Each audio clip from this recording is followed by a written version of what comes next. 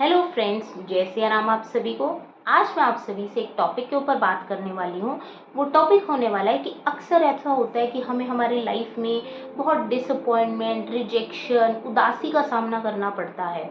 और mostly cases में ऐसा कब होता है, हमने कोई काम सोचा वो नहीं हुआ। जैसे फॉर एग्जांपल, अगर कोई स्टूडेंट है, करियर में सक्सेसफुल होना चाहता था, या कोई पर्सन है जो अपने रिलेशनशिप को सक्सेसफुल करना चाहता था, या कोई कपल है अपनी मैरिड लाइफ को सक्सेसफुल करना चाहता था, या कोई जॉब में प्रमोशन पाना चाहता था, लेकिन ऐसा नहीं हुआ।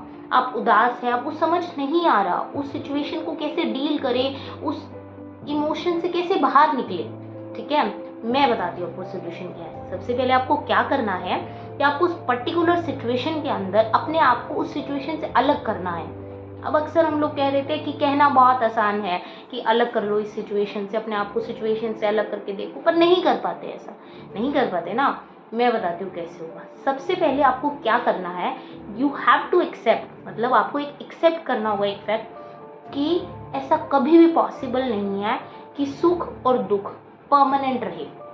हमने गीता जी में भी सुना है कि क्या होता है, सुख और दुख दोनों अपने टाइम के अकॉर्डिंग आते हैं, दोनों अपने वक्त से आते हैं। लेकिन प्रॉब्लम क्या होती है, सभी को ये बात पता है कि सुख आया है तो कुछ टाइम रहेगा, दुख आया है तो कुछ टाइम रहेगा, दोनों अपने अपने टाइम से आके चले जाएंगे।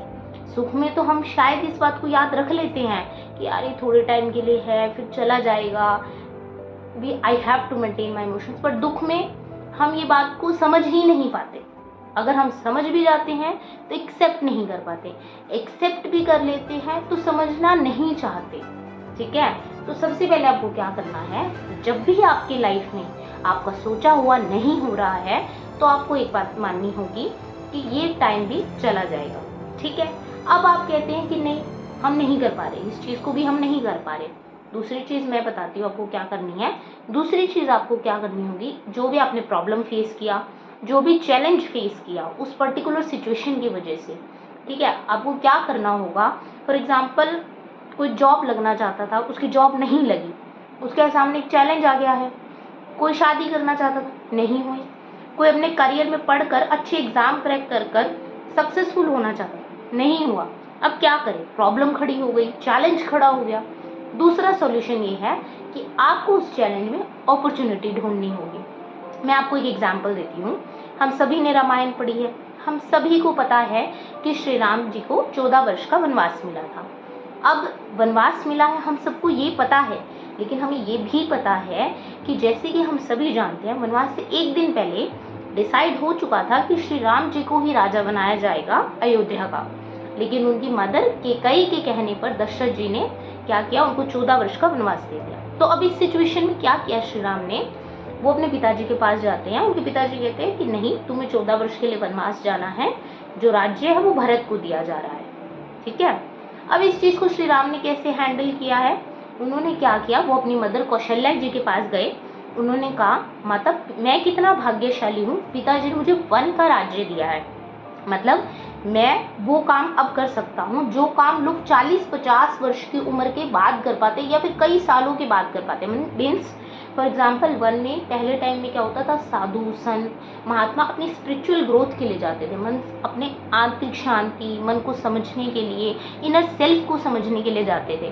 ठीक है, तो Shri Ram was like, wow मैं कितना भाग्यशाली हूँ, जो चीज़ लोग इतनी एज के बाद करते हैं मुझे आज करने का मौका मिल रहा है। सेकेंड थिंग, उन्होंने अपनी मदर को बोला कि माता मुझे अपनी प्रजा को समझने का मौका मिलेगा कि वो उस जीवन शैली में किस तरह की समस्याओं का सामना कर रही हैं, कैसे जीवन बिता रही हैं। दूसरी अपॉर्चुनिटी उन्होंने क्या देखी कि फॉर एग्जाम्पल, फ्यूचर में मान लो मुझे किंग नहीं भी बनना, या मेरी फैमिली में किसी को भी किंग बनना है, तो मुझे अगर गाइड करना हो कि प्रजा के लेवल पे, ग्राउंडेड लेवल पे क्या प्रॉब्लम्स आती हैं, वो मुझे अच्छे से समझ आ जाएगी।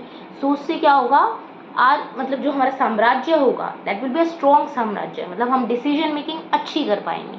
तीसरी बात उन्होंने क्या की कि माता हमें वन की अलग अलग जगहों को देखने का मौका मिलेगा, पूरे वन के राज्य को, साम्राज्यों को राक्षसों से मुक्त करने का मौका मिलेगा। मतलब क्या है कि सभी को पता है वन में उस टाइम बहुत अलग अलग तरह के राक्षस थे, पिशाच थे।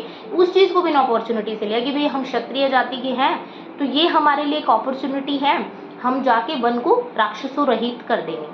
चौथी चीज़ उन्होंने अपनी माता को क्या कही कि माता, मुझे उन ऋषियों के दर्शन करने का मौका मिलेगा जिन ऋषियों के दर्शन बड़े ही मुश्किल से, बहुत ये लगा लो बहुत तपस्या करने के बाद भी किसी के भाग को तो ही कर पाता है। मतलब उन्होंने इस पर्टिकुलर एक प्रॉब्लम में 5 अपॉर्चुनिटीज देख ली है। अब क्या हुआ है, इस सिचुएशन से क्या फ़ायदा हुआ उनको कि वो जो चैलेंज है, वो जो प्रॉब्लम है कि उनको किंग नहीं बनाया जा रहा, उनको वन में भेजा जा रहा है अपॉर्चुनिटी से रिप्लेस करने से, नाउ ही कैन, मैं ये नहीं कहूँगी कि वो खुश है, लेकिन उनका पेन अब कम हो गया है। तो इसीलिए अब आपको क्या करना है, श्री राम हमें क्या सिखाते हैं, श्री राम हमें यही सिखाते हैं कि लाइफ में कोई भी प्रॉब्लम हो, सबसे पहले आपको उस प्रॉब्लम को एक्सेप्ट करना होगा कि सुख और दुख अपने टाइम से आए हैं, दोनों आए हैं और दोनों चले भी जाएंगे। दूसरी चीज़, लाइफ में कोई समस्या हो, कोई प्रॉब्लम हो, कोई भी चैलेंज हो, आपको ये बात माननी होगी कि वो चैलेंज में कोई ना कोई अपॉर्चुनिटी ज़रूर होगी। तो you have to find the opportunity. Opportunity ढूंढने से क्या होगा, वी विल फील हैप्पी, हम हैप्पी फील करेंगे और जिससे हमारा माइंड प्रॉब्लम पे फोकस ना करके सॉल्यूशंस पे फोकस कर पाएगा और हम अपनी लाइफ को और अच्छे से जी पाएंगे। तो इसीलिए भगवान राम भी राम इसलिए नहीं थे क्योंकि वो भगवान थे, वो राम इसीलिए थे कि उन्होंने हमारे लिए ऐसे प्रिंसिपल सेट किए हैं कि हम उन पर जीकर अपनी लाइफ को बहुत ही सॉर्टेड वे में सॉल्व कर सकते हैं। तो आज के लिए इतना ही। So thank you so much. जय सिया राम।